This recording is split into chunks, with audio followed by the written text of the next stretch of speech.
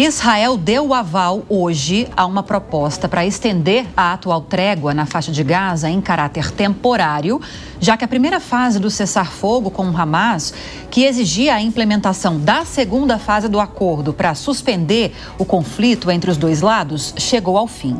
A proposta de estender a trégua, feita pelo enviado dos Estados Unidos, cobriria o feriado muçulmano do Ramadã, que termina no final de março, e a Páscoa, que chega em meados de abril, disse o gabinete do primeiro-ministro de Israel, Benjamin Netanyahu, num comunicado.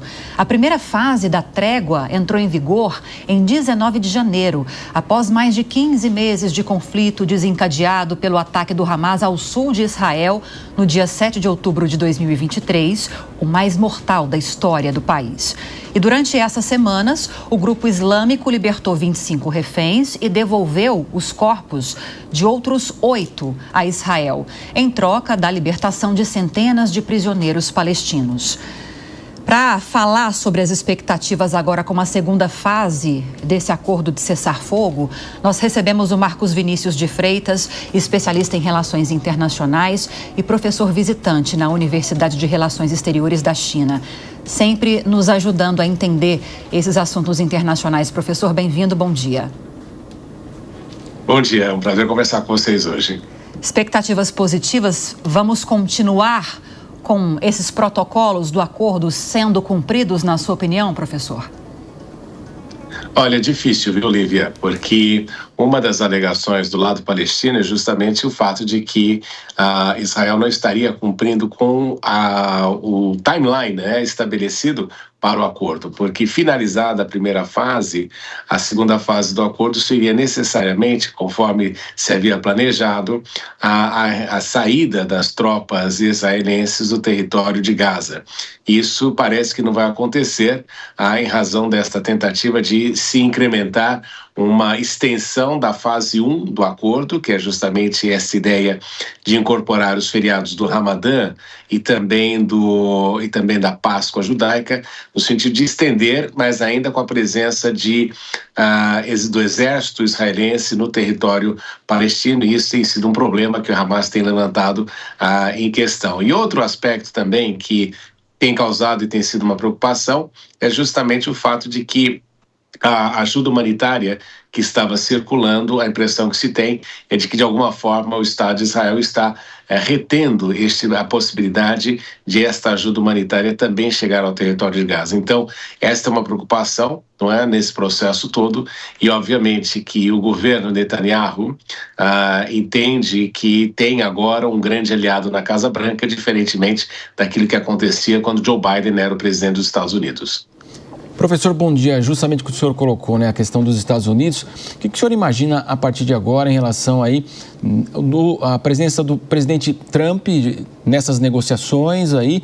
E eu queria aproveitar também para perguntar do senhor o que o senhor achou da diplomacia em relação a Trump e Volodymyr Zelensky. Bom dia. Bom dia, é um prazer conversar com você sempre, Marcelo.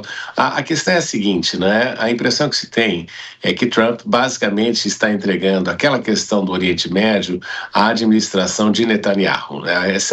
A situação que a gente observa no Oriente Médio tem sido mais ou menos a implantação de um plano aí que Netanyahu estabeleceu há mais ou menos 30 anos e que você vai ter uma hegemonia do Estado de Israel na região. Então, a impressão que nós temos é que, de alguma forma, Trump está implementando essa questão, este aspecto, porque justamente entende que os Estados Unidos precisam concentrar os seus esforços em outras áreas do mundo, particularmente na Ásia, em razão do fato de que os Estados Unidos sentem que a sua hegemonia é afetada pelo crescimento da China, e a tentativa de contenção da China constitui aí uma das prioridades do governo Trump nos próximos anos. Ele sabe que tem 2 anos para avançar em sua política, justamente porque vai ter aí as eleições de meio de mandato e que podem gerar aquela mesma situação que ele teve anteriormente de não conseguir governar justamente por ter perdido a maioria. Agora, na questão de Zelensky, ali foi uma situação complicada para o próprio Zelensky, né? Porque nós tínhamos aí 2 indivíduos que têm uma grande capacidade de comunicação com a televisão e que, de alguma forma, estavam utilizando aquela plataforma para trazerem os seus assuntos à pauta. Zelensky pretendia e utilizou ali a questão da mídia norte-americana no sentido de querer promover a pauta de continuidade do apoio norte-americano, mas Trump já disse desde o início que não pretende continuar a apoiar a guerra, porque justamente isso retira dos Estados Unidos recursos, retira o foco que ele entende ser mais importante, mais essencial na questão asiática. E o problema principal é que a postura de Zelensky também não ajudou nesse processo todo. Um amigo meu fez a comparação a um cidadão que vai a um banco pedir empréstimo para o gerente, briga com o gerente, com o funcionário, e ainda diz que o gerente anterior era melhor e que, se não tiver qualquer resolução, ele pode recorrer a outro banco. Então, toda a postura de Zelensky não ajudou nesse processo todo. Ele sabe com quem está negociando, ele sabe que Donald Trump tem ali uma perspectiva muito mais imperial na questão de negociação.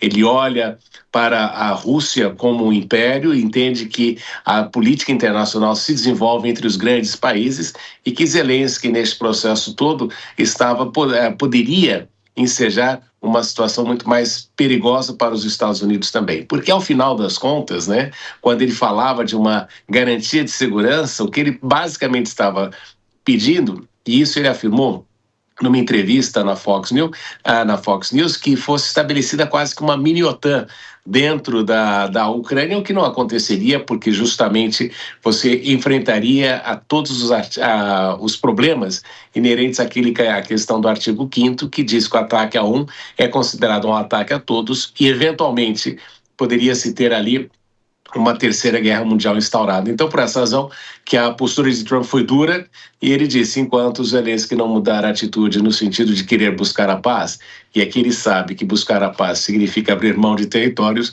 a conversa não continuaria da forma como ele esperava. São novos tempos aí nessas relações internacionais. Professor, essa guerra de Israel, esse posicionamento da Rússia e o Zelensky dizendo que a Rússia pode crescer para cima dos Estados Unidos, China, e agora o presidente dos Estados Unidos falando na Terceira Guerra Mundial. Quais são as possibilidades, professor, disso acontecer?